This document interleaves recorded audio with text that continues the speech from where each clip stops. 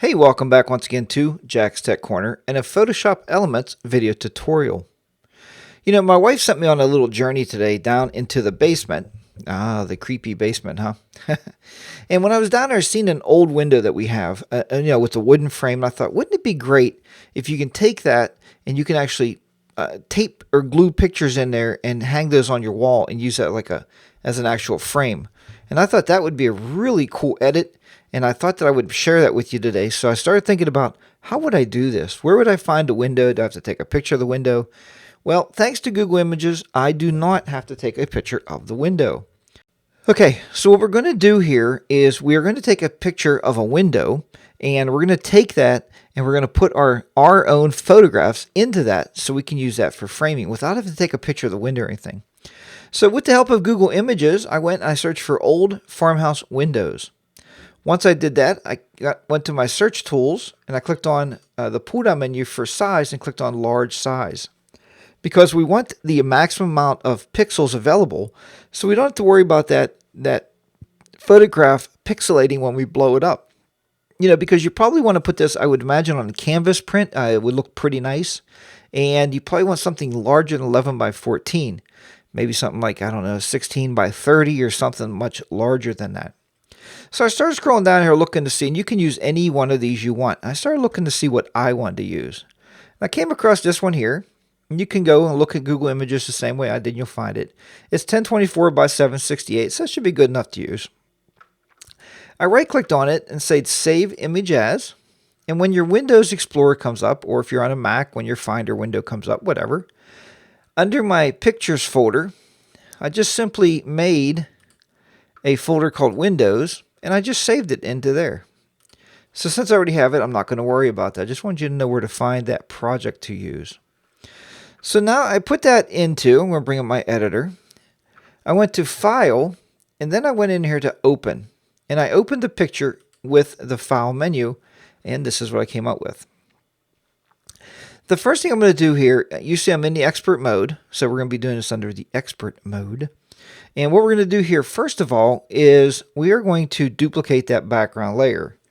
So do a File or Command J, or if you're not comfortable with the keys on the keyboard, that's okay. Let's delete that layer. I'm going to show you another way to do this. Just drag your original layer up to the new layer window and you'll do exactly the same thing. The keyboard shortcuts are so much easier. You're going to really be happy if you start learning the keyboard shortcuts. Now that we have that, I'm just going to shut that original background layer off just in case I mess anything up. I just like to have a copy in there. The next thing we're going to do is we're going to do a little bit of cropping. So I'm going to grab my crop tool. And we're going to just start cropping around this because I don't want all that white showing. So we're going to crop around here. It looks pretty good. Pull this in just a little bit here. Just try and get rid of some of that white on the outside edges. And it looks good. And that looks good. Once you have that, click on the little check box. And there's your window frame. Now, don't worry about the white things in the middle because we're just going to paste over those anyway. So we're not even really concerned with that right now. What I wanted to do next is I was looking at this and I was looking at my pictures I'm going to be using. This is from a recent cruise. You've probably seen some of these on my YouTube videos already. I tend to use a lot of the pictures that I actually take when I'm doing these videos because it shows you a couple things. It keeps me within the copyright laws of the world, and it also shows you that I do get my camera out a lot, and I do take a lot of pictures, so I like to edit my own work. So a lot of these are done in portrait mode. So in other words, portrait mode, you know, is long ways. I'm sure you understand that. There's one here I shot in, these are landscape mode. Wow, these are landscape mode, and this is portrait mode here. I'm sorry, portrait is up and down, landscape is across. We all know that. Jack, what are you thinking about? What I'm going to do first is we are going to export some of these pictures because I find it's easier, and I'll show you this in a minute. I find that it's easier to actually work with the photograph in a outside of the organizer, and I'll show you that. So I'm going to grab that one. Hold my command key down to grab another one there. So I got 2 pictures selected. I need 4 total for my 4 frames. Grab this hut. And we'll scroll down here and we'll grab one of the boat maybe. This one looks pretty good. Once I have those, I'm simply going to go to File and then export as new files. So we're going to export these. We're going to export these as JPEGs. We're going to make them, medium seems pretty good, but we're going to take this up to high. And where do we want to put these? Let's browse. And we're going to put these, we'll put them under the window folder so we know where they're at. Click OK. And we'll leave them as the original names. And as I said, we're changing these to JPEG. You don't want them in the RAW format. And click on Export. So it's going to take a few seconds there. We're going to export those 4 photos out so we can start using those in the editor. Then I'll show you why we want to do it that way. It will make good sense to you. So just keep following along. If you get confused or if you get lost, that's what the YouTube education is so wonderful with. You can just grab that little pull down bar and pull it backwards and watch it again. There we go. So we're done with our organizer. Let's minimize that and get that out of our way. Now we're back into our full editor. The first thing I want to do, since my pictures are landscape and not portrait, landscape, is we're going to turn this frame and we're going to flip it so it's landscape, because the frame here, these would be nice if you have a bunch of portraits to put in, but we don't. So what we're going to do here is we're going to actually flip that a little bit and make it a little bit nicer. Rotate, and we're going to say rotate 90 degrees to the left. So there we have it. Now we have our picture frame 90 degrees to the left. Now is when it's interesting, because if you try to do this, and this is what most people do when they do this. Let's open our organizer back up. They grab a picture and they open it in the organizer. All right. So what happens is when you do this, you're getting the full size image. Now what happens is if you copy this image and you paste it into here, you're going to have to do a lot of resizing to get it in here. So instead of doing it that way, I want you to very simply export your pictures out. Now we can go to File and we can go to Place. So we're going to place these pictures into this actual size picture. So it's going to kind of do some magic resizing for us. Let's go back to Me. Let's go back to My Pictures window. And here's those pictures that we wanted to use. So we'll grab the first one there and click on Place. You can see now it sits it in there. It puts it up here on its own new layer. And all we have to do is just some minor adjustments to get it up in that frame there. We just put it on the corner edges of the frame. And if your frame is not perfectly square, that's okay. I mean, there is tools and elements to work with that. And we might pull this down just a little bit here. Just like so. So it's that simple. There's our first picture in our frame. Let's go and do the next few pictures here. Let's go to Place. I like to do them in order because it just keeps my brain functioning the proper way here. And we'll pull this down. Again, we'll go over here. We'll find out where we're going to fit it in there at. Pull it down a little bit more here. Stick it in the corner more. We'll pull this edge out a little bit, pull it down. Now I'm just using my mouse button, these little handles on the picture itself. Pull this back up a little bit right there. Click OK. Or the checkbox. And that'll lock that one in. Now we'll just do the next two little areas here. So again, File, Place. Grab our next picture. We'll just resize it, drop it into where we need it. Actually, almost worked out pretty good. Grab it there. Check the little box there. And then we'll grab our last picture. This kind of caps it off so people say, hey, I know where you were. You were on a cruise. There you go. That was pretty good.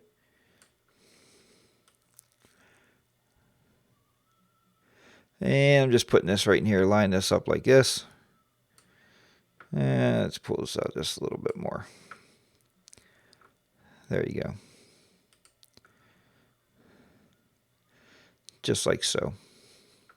So there you have it. It's very, very simplistic to get those pictures in there where you want those. It works out really, really well.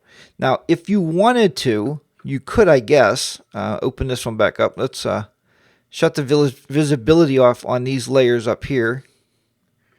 And we'll just shut these off here for a minute. So I'm going to show you another little trick here that you should be able to do. And being this is, recorded video, I'm going to see if this is going to work for us. We can simply do select. We're going to select in this frame here. Like so. And delete that. We're going to do it again. We're going to do another selection.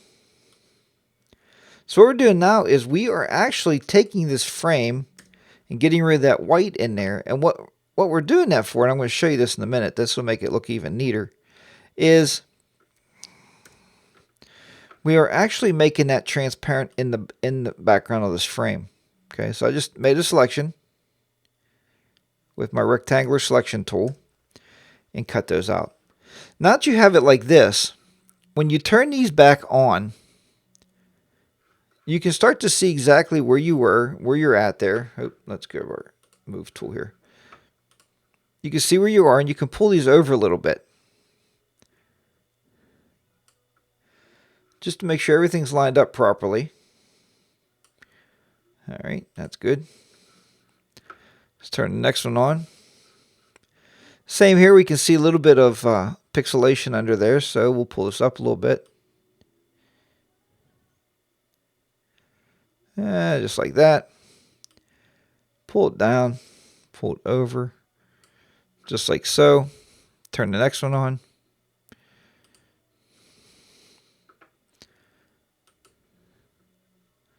Oh, I forgot to check my little box here.